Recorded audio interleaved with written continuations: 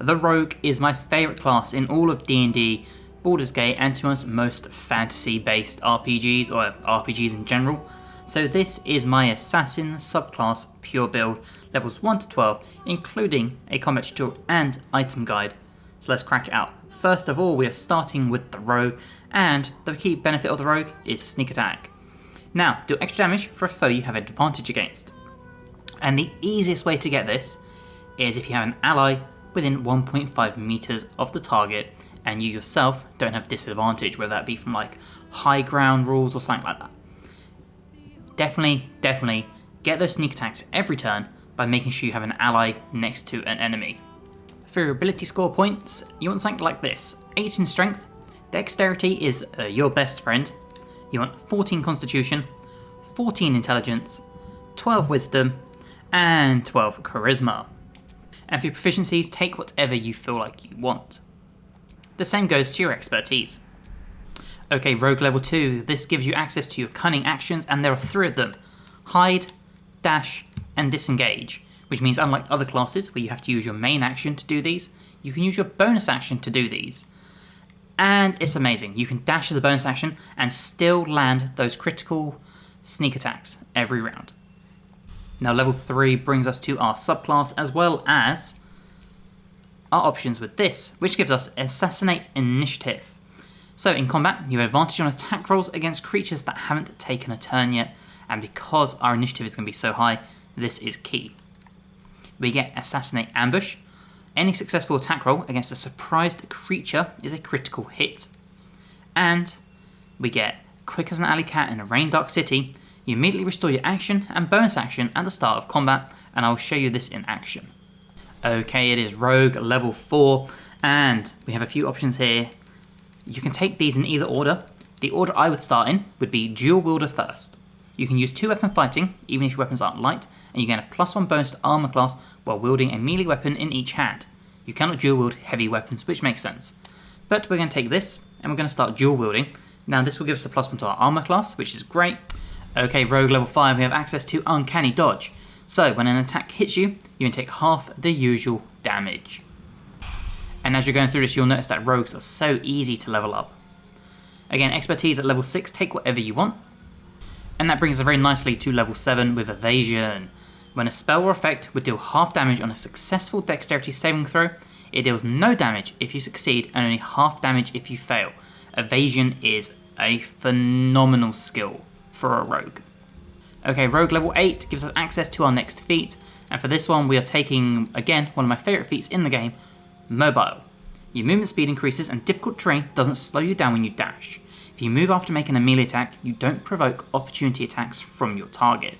This is amazing because it means you could run up, sneak attack, and run away and not get that opportunity attack, meaning you could use your offhand bonus action to attack someone else, or to just run away from danger. Okay, Rogue level 9, Infiltration Expert. Adopt a new identity, changing your appearance, and this lasts until long rest. Rogue level 10, we have access to another feat, and for this, bump your dexterity up to 18. Rogue level 11, Reliable Talent. When you make an ability check with a skill you're proficient with, the lowest result you can roll on a die is 10. I mean, that speaks for itself, it's such a good skill. And then finally, Rogue level 12, take your ASI to 20. You could, if you wanted to, take Alert to gain a +5 bonus to initiative and not be surprised.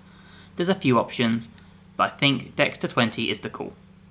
Okay, so that was our level 1 to 12 build. Now let's look at some items, and I actually only have a few for you to choose from, because I think this is a build that really stands out by itself, and that you don't need to worry too much about other things. Now, here's what I would do. Okay, so I've switched my armor out, and we're going to use very basic armor just to show how powerful this build is, and how good the armor class can be, despite not having a really buffing light armor. So we're just going to go with the Elven Chain. Consider proficient with it. Now it is medium armor, gives you a base AC of 14, so not the best, and it gives you a +2 bonus to initiative rolls, which we probably won't even notice because our initiative is already so good. But I just want to throw that on so you can see just how good this build is without an uber powerful torso piece, armor piece, or a helmet. So for items, I really like the Divination Cloak. When you poison a foe, heal yourself for 1d4 hit points, and with the plethora of poisons you can get in the game, you can do this a lot. Your other option would be the Cloak of Protection. The Evasive Shoes, so the +1 to armor class, is amazing. The Stalker Gloves, again a +1 bonus to initiative, but more importantly, your sneak attacks do an additional 1 to 4 damage, and we're going to be sneak attacking every turn if possible. I like the Ring of Regeneration, just that little bit of health boost, and the Amulet of Misty Step, because sometimes you do just need to get up to higher ground or whatever, and with Misty Step we could use a Misty Step, get higher up, and rain down with our bow and still get those sneak attacks. Now talking of bow, I like the Dark Fire Short Bow. This will give you haste. Now depending on which race you choose, you could go for other things. There is amazing bows like the Deadshot and stuff, choice is really yours. But when it comes to short swords, this would be my two choices. Number 1, the Ambusher. +1 bonus to initiative rolls and advantage on perception ability checks. Ambusher's Streak. In combat, you do an additional 1 to 6 necrotic damage against creatures that haven't taken a turn yet, and this pairs really nicely with the Assassin subclass. And then the Sword of Life Stealing. On a critical hit, the target takes an extra 10 necrotic damage as long as it isn't a construct or undead, and you also gain 10 temporary hit points. Two really, really good finesse short swords that pair together amazingly. So that is my basic build. We're going to go unload some items, find some combat, and show this off. Okay, so here we are ready to pick a fight, and you'll remember one of our abilities is that at the start of a round we regain our action and bonus action. So what we can do very nicely is, let's say we know we have to start a fight here, we can get the first hits in, just like that. It's a fight. The consequences are hardly surprising. And now what you'll notice is, number 1, our initiative is so good we're higher up in the turn order. Number 2, we regained health because we attacked. But number 3, we have all of our turns available. So how I think this build really works is, number 1, using haste from the amazing bow we have, the Short Fire Dark Bow. And then bulk attacking. So we're going to do sneak attack on Sparks. And there you go, you'll see we did 30 damage. And then we can come in with our offhand. And we scored a critical hit, which means we got the 10 extra hit points just from having our sword. And what's really cool is we still have loads of movement to move around. So let's get out of danger. Okay, now thanks to the mobile feat, as I said before, we have loads of options. So we can attack, and we can safely run away. And we do not trigger attacks of opportunity. Now unfortunately we had the Misty Step to get up here, but it means we could have smacked them, run away, smack them, and probably run away even further. We'll try to do that on our next round. Now, I said before, the easiest way to get a sneak attack is to have an ally next to an opponent, just like this.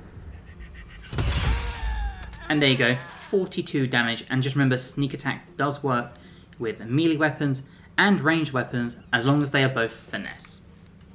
And that is as easy as the rogue is to play. You just want to position yourself to get those sneak attacks, guaranteed. Unless you miss, like that. Alright, let's do this again and hope we don't get another critical miss. What do I have to lose? And big sneak attack, followed by an offhand. Just like that. And if you compare the assassin with a character that has things such as, I don't know, whole personal sight, you can sneak attack every round against those held people so easily. You could stand back and just hit them with arrows like this, and just watch the damage just explode off of them. So that was my Assassin's build, levels 1 to 12, and the combat tutorial, and a few items to take, mainly the weapons. Honestly, I think if you're going to go with an Assassin subclass, I do think it pairs best with the Gloomstalker. I do have a video for that on the channel, so go and check that out. But if you just want a pure, easy to do Assassin build, this is the one for you. So if you've enjoyed, please drop this a like, and let me know what you've changed below in the comments below, whether it be items, gear, whatever.